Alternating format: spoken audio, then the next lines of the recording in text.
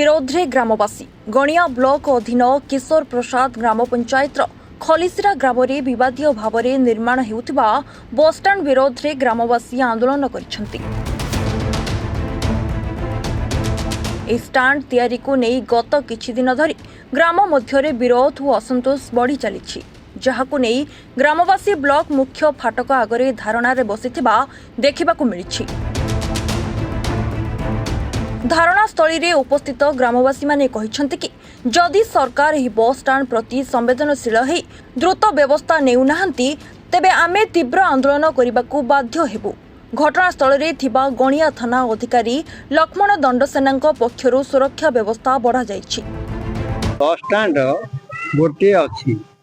बेआईन भावे आमर सीमा सरहद भितर यही पांड्रा सिंगा जबरदस्ती करी आमे कलेक्टर को जनइलु बीडीओ को जनइलु बीडीओ कहले मोर कौन कर मु बिल करी यही प्रकार बर्तमान धारणा बस।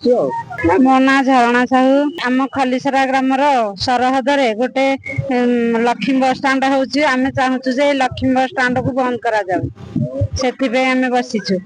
आम सीमा सरहद रे रहिथिबारु गोटे बस स्टाण्ड हेइची आ गोटे बस स्टाण्ड आमे करि हबनी बोली सेथिबे मना करछु। नाला कृष्णचंद्र मुदुली ग्राम होला खलिसरा आज्ञा आम खलिसरा सीमा सरहद रे गोटे लक्ष्मी बस स्टाण्ड ऑलरेडी हो सारी पुणी आ गोटे लक्ष्मी बस स्टाण्ड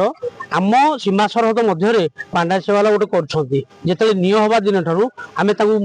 मना कलु मना कर आम कथा मानिले बाध्य होगी आम कलेक्टर द्वारस्थ हलु ब्लॉक द्वारस्थ हलु विडोम पा गलु तहसीलदार गलु थाना जनइलु हेल्ले आम कथा शुणिले एवं जस्ट रिसेंट सोमवार दिन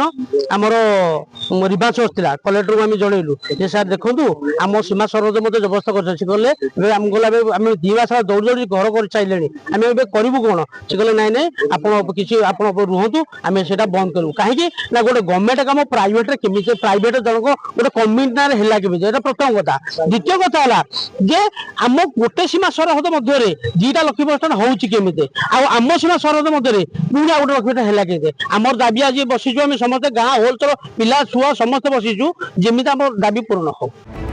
गणियारू Priyabrat Sadangi report reporters today.